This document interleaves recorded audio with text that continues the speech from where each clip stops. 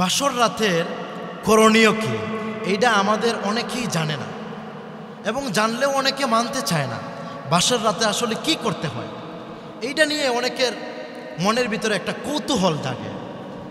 আবার আমাদের মধ্যে বিবাহর কথা যখন বলা হয় তখন প্রত্যেকেরই মনে একটা আনন্দ উৎসাহ কাজ করে। এটা যদি বিবাহের কথা যদি একজন পাগলকেও বলেন তখন দেখবেন সে মুচকে হাসতেছে। বিবাহের কথা শুনলে সবারই মনে একটু আনন্দ আসে।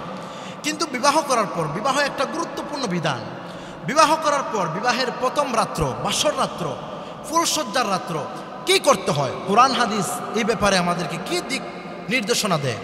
আমাদের দেশের যুবক যুবতীরা ওরা বাসর রাত্রে গিয়ে বাসর রাত্রে কি করবে? ওরা তো বিয়ের আগেই পার্কের ঘুরায় ঘুরায় গার্লফ্রেন্ড বয়ফ্রেন্ড নিয়ে ঘুরে ঘুরে তাদের সব জীবন যৌবন সব ব্যয় করে দেয়। বাসর রাত্রে শুধু মশা মারে, বুঝেন, মশা মারে, মশা কাদায়। এই জন্য আল্লাহ তাআলার পক্ষ থেকে যৌবন একটা হচ্ছে কি আমানত। প্রত্যেকটা যুবক যুবতীর কাছে আল্লাহ তাআলা যৌবন আমানত দিয়েছেন। এই আমানতকে যথাস্থানে ব্যয় করতে হবে, যথাস্থানে কাজে লাগাতে হবে। অপাত্রে ব্যয় করা যাবে না। বিবাহ বহির্ভূত সম্পর্কে জড়িয়ে এই যৌবনটাকে কখনো আদান প্রদান করা যাবে না। অথচ আমাদের দেশের অহরহ যুবক যুবতীরা বিবাহ বহির্ভূত সম্পর্কে জড়িয়ে বিয়ের পূর্বেই তার সতীত্ব, তার যৌবনটাকে বিলিয়ে দেয়, বয়ফ্রেন্ডের কাছে বিলিয়ে দেয়। বিবাহের পর স্বামীকে তার এই আমানত যৌবনকে সে আমানত হিসাবে দিতে পারে না। এই জন্য কোরআন হাদিস কি বলে আমরা সেটা দেখব। আল্লাহ রাসূল সাল্লাল্লাহু আলাইহি ওয়াসাল্লাম হাদিসের ভিতরে জানায়া দেন যে বাসর রাত্রে প্রথম করণীয় হচ্ছে মুসলমানদের জন্য, তারা প্রথমে ঢুকবে স্বামী স্ত্রী দুইকা প্রথমে ফুল সজ্জার রাতে উভয়জন সুন্দরভাবে ওযু বানাইয়া 2 রাকাত নামাজ শুকরিয়া আতান আল্লাহর দরবারে 2 রাকাত নামাজ আদায় করবে। 2 রাকাত নামাজ আদায় করে আল্লাহর দরবারে তারা প্রার্থনা করবে যে আল্লাহ, আমরা দুইজন অপরিচিত মানুষ আজকে এক জায়গায় একত্রিত হয়েছি। আল্লাহ, বাকি জিন্দেগিটা মৃত্যুর আগ পর্যন্ত যেন আমরা একসাথে থাকতে পারি, সুখে দুঃখে একে অপরের জন্য পাশে থাকতে পারি। এইভাবে আল্লাহর কাছে মোনাজাত করা এবং নেক সন্তানের জন্য কামনা করা। তারপরে পরিচয় পর্ব, একজন আরেকজনকে নাম ইত্যাদি তার ফ্যামিলিগত বিষয় জিজ্ঞাসা করবে। তারপরে বাসর রাত্রে করণীয় হচ্ছে আল্লাহ রাসূল সাল্লাল্লাহু আলাইহি ওয়াসাল্লাম বলছেন, সর্বপ্রথম স্বামী তার স্ত্রীর একটা চুলের আগার ভিতরে কপালের একটা চুল নিয়ে এই চুলের ভিতরে দইরা সেখানে বিসমিল্লাহ বলে একটা ফুৎকার করবে, ফুঁক দিবে। তারপরে তার হাতের ভিতরে হাতের তালু এবং কপালের ভিতরে চুমু খাবে। এইভাবে বাসর রাত্র শুরু করবে। তারপরে একজন আরেকজনকে সুন্দরভাবে তাদের যৌবন বলবে, স্ত্রী বলবে, স্বামী, আমি আমার এই যৌবনটাকে আমানত রেখেছিলাম শুধুমাত্র তোমার জন্য, আজকে তোমার হাতে আমার আমানত তুলে দিলাম। স্বামীও বলবে, আমি আমার লাইফটাকেও তোমার জন্য একমাত্র আমানত রেখেছি, তোমার জন্য আমি আমার লাইফটাকে আমানত হিসাবে যৌবনটাকে তোমাকে উপহার দিলাম।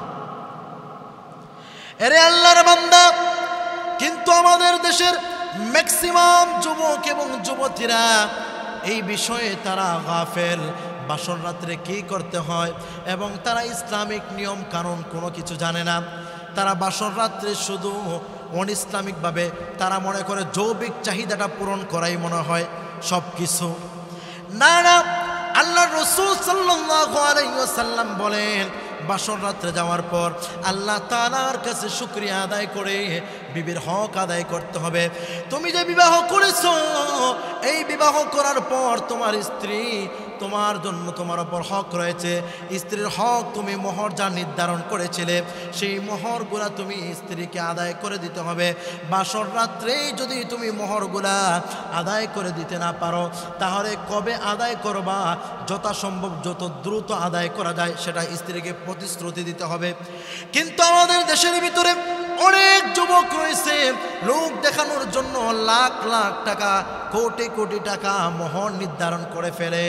কিন্তু মোহর নির্ধারণ করার পর বাসর রাত্রে গিয়ে ফুল সজ্জার রাত্র গিয়ে তার স্ত্রীকে বলে, তুমি আমাকে এগুলা মাফ করে দাও, না হয় তোমাকে আমি স্পর্শ করব না, তুমি আমাকে এগুলা মাফ করে দাও। তখন এই মুহূর্তে একটা নারী অসহায় অবস্থায় থাকে। সে তার বাবার বাড়ি ছেড়ে একটা অপরিচিত স্থানে এসেছে, সে অসহায় অবস্থায় বিরাজমান করে। তখন সে বাধ্য হয়ে মোহরগুলা মাফ করে দেয়, অন্তর থেকে মাফ করে না। এই যে জালিয়াতি জুলুম, এগুলা হচ্ছে গিয়া ডাকাতের চাইতে আরো মারাত্মক লেভেলের লোক। এই জন্য এই ধরনের কাজ কখনো করা যাবে না। আল্লাহ রাসূল সাল্লাল্লাহু আলাইহি ওয়াসাল্লাম হাদিসের ভিতরে জানাইয়া দেয়, হে আমার উম্মতেরা, তোমরা যখন বাসর রাত্রে যখন যাইবা, বাসর রাত্রে যাওয়ার পর তোমরা তোমাদের স্ত্রীদের সাথে সুন্দর আচরণ করবা। তোমরা ভবিষ্যতে কি কি প্ল্যান করবা, কিভাবে তোমাদের সংসার সাজাবা গুছাবা, তোমাদের সন্তানাদি কিভাবে নিতে হয়, এইভাবে স্বামী স্ত্রী একে অপরের সাথে পরামর্শ করতে হবে। তারপরে যখন সব কিছু বাদ দিয়ে যখন তোমরা যখন একে অপরের সাথে শারীরিক মিলামিশায় যখন লিপ্ত হবে, তখন তোমরা সর্বপ্রথম আল্লাহ তাআলার নাম বিসমিল্লাহ বলে তোমরা শুরু করবা। আল্লাহর রাসূল সাল্লাল্লাহু আলাইহি ওয়াসাল্লাম অন্য এক হাদিসের ভিতরে জানাইয়া দেয়, এই দোয়া যদি তোমরা পড়ে যদি শুরু করতে পারো, তোমাদের যদি মিলামিশা যদি এই দোয়া পড়ে যদি শুরু হয়, তাহলে তোমাদের মিলামিশার মাধ্যমে যে সন্তান দুনিয়ার জমিনে ভূমিষ্ঠ হবে, এই সন্তানটা আল্লাহ তাআলা সব ধরনের শয়তানের ওয়াসওয়াসা থেকে হেফাজত করবেন। আল্লাহর রাসূল সাল্লাল্লাহু আলাইহি ওয়াসাল্লাম হাদিসের ভিতরে জানাইয়া দেন, হে আমার উম্মতেরা, তোমরা যখন সর্বপ্রথম মিলিত হবে তখন তোমরা দোয়া পড়বে, আল্লাহুম্মা জান্নিবিনাশ শায়াতিনা ওয়া জান্নিবিনাশ শায়াতিনা আলা মা রাযাকতানা। এই দোয়া যখন পড়ে যখন তোমরা শুরু করবে, তখন আল্লাহ তাআলা তোমাদেরকে সব ধরনের শয়তানের ওয়াসওয়াসা থেকে তোমাদেরকে হেফাজত করবেন। এরে আল্লাহর বান্দা, এই জন্য স্বামী স্ত্রী একে অপরের প্রতি মিল মোহব্বত রাখতে হবে। এই জন্য দিনদার মেয়েকে বিবাহ করবেন। বিবাহের ক্ষেত্রে আল্লাহর রাসূল সাল্লাল্লাহু আলাইহি ওয়াসাল্লাম বলেন, ক্বালা রাসূলুল্লাহি সাল্লাল্লাহু আলাইহি ওয়াসাল্লাম, তুনকিহুল মারআতু লিআরবাইন লিমালিহা ওয়া লিজামালিহা ওয়া লিহাসাবিহা ওয়া লিদীনিহা ফাজফার বিযাতিদ দিন তারিবাত ইয়াদাক। আল্লাহর রাসূল সাল্লাল্লাহু আলাইহি ওয়াসাল্লাম হাদিসের ভিতরে জানাইয়া দেয়, হে আমার উম্মতেরা, তোমরা বিবাহ করবা চারটা গুণ দেখে। এক নাম্বার হলো ধন সম্পদ, দুই নম্বর হলো বংশ মর্যাদা, 3 নম্বর সৌন্দর্য, 4 নম্বর দিনদারিত্ব।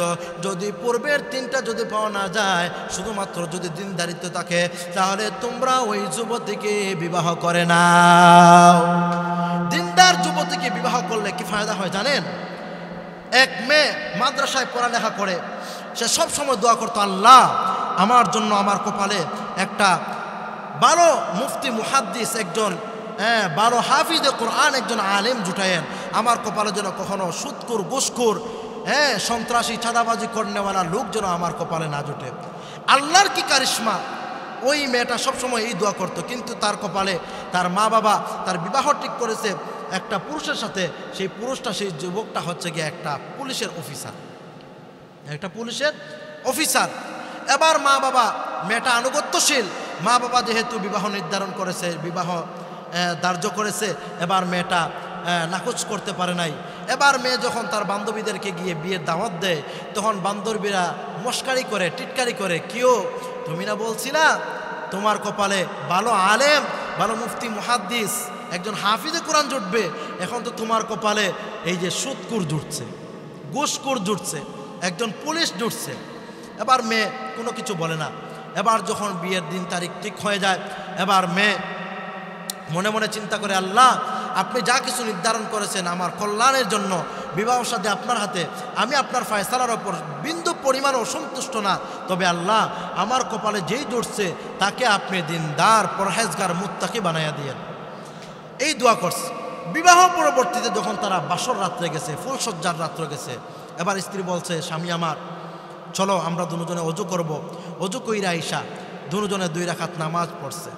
নামাজ পইরা আইসা এবার মুনাজাত করার জন্য স্ত্রী স্বামীকে বলতেছে, আপনি মুনাজাত করেন। এবার স্বামী বলতেছে, না, তুমি যেহেতু মাদ্রাসায় পড়ালেখা করছো, দোয়া জানো, আমি তোমার সাথে আমিন আমিন বলবো, তুমি দোয়া করো। এবার ওই মাদ্রাসার ছাত্রী, ওই সন্তানটা বাসর রাত্রে তার পুলিশ স্বামীকে নিয়ে দোয়া করতেছে, আল্লাহ আল্লাহ অতীতে যা করেছে ভুল করেছে আর সামনে ভুল করতে চাই না। ও দয়ার মালিক আল্লাহ যা গুনাহ করেছি দেখায়া না দেখায়া ছোট বড় সগীরা কবিরা যত গুনাহ করেছে সব গুনার ওপর আমি লজ্জিত হইলাম। সব গুনার বোঝাগুলা মাথায় নিয়ে আপনার দরবারে হাত উত্তোলন করেছি রে আল্লাহ। আল্লাহ জীবনে যত বেপরদায় চলেছে সব গুনাহগুলা নিয়ে আপনার দরবারে হাজিরা দিলাম। আল্লাহ আমার সব গুনাহগুলা মাফ কইরা আপনি আমাকে জান্নাতি মেহমানদের খাতারে শামিল করে নাও। আল্লাহ তাআলা আমি আমার স্বামীকে নিয়ে নতুন দাম্পত্য জীবন শুরু করতেছি। অতীতে যা ভুল করেছি তো ভুল করেছি, সামনে আর ভুল করতে চাই না। আমাদের সংসারটা যেন সুন্দরভাবে চলে, আমরা যেন একে অপরের পাশে সুখে দুঃখে পাশে থাকতে চাই। মৃত্যু পর্যন্ত আমরা একে অপরকে ভালোবেসে মিল মোহব্বত করে এই দুনিয়ার জমিন থেকে চলে থাকতে, দুনিয়ার জমিন থেকে বিদায় হতে চাই। এইভাবে মেয়েটা আল্লাহ তাআলার দরবারে দোয়া করতেছে আর বলতেছে, মালিক অতীতে আমরা যা সুদ খেয়েছি, ঘুষ খেয়েছি, আমরা যা হারাম খেয়েছি মৌলা, আল্লাহ যত চুরি করেছি, ডাকাতি করেছি, যে যত অপরাধ করেছে, মিথ্যা কথা বলেছি, গীবত করেছি, শেকায়াত করেছি, সব কিছু থেকে আমরা আপনার কাছে আশ্রয় গ্রহণ করতেছি। আর জীবনে যেন আজ থেকে আমাদের ঘরে যেন সুদের টাকা না ঢুকে, ঘুষের টাকা যেন না ঢুকে, আমরা যেন বেপরদায় না চলি, দুর্নীতি ইত্যাদি দ্বারা প্রান্ত যেন না যায়। এইভাবে যখন মেয়েটা যখন অজুর ধরে কান্না করতেছে, পিছন থেকে স্বামী বলতেছে, স্ত্রী রে আর দোয়া করতে হবে না। আমি যতদিন আমি পুলিশের চাকরি করেছি, অনেক ঘুষ খেয়েছি, সুদ খেয়েছি, এখন থেকে আমি নিয়ত করলাম, পাক্কা নিয়ত করলাম, ভবিষ্যতে আর কখনো আমি সুদের দ্বারে কাছেও যাব না, ঘুষের দ্বারে কাছেও যাব না। আল্লাহু আকবার। এইভাবে যখন স্ত্রী দোয়া করছে, স্বামী আমিন আমিন বলছে, আল্লাহ তাআলা তাদের এই দোয়াকে কবুল করে নিয়েছেন। এইভাবে আপনি আমি ইসলামিক মাইন্ড মেজাজ নিয়ে আপনি আমি আমাদের সংসার, আমাদের জীবন, দাম্পত্য জীবন শুরু করতে হবে। আল্লাহ তাআলা আমাদের এই দাম্পত্য জীবনকে সুখময় করে দিক। সকলে বলেন আমিন। ওয়া আখির দাওয়ানা আলহামদুলিল্লাহি।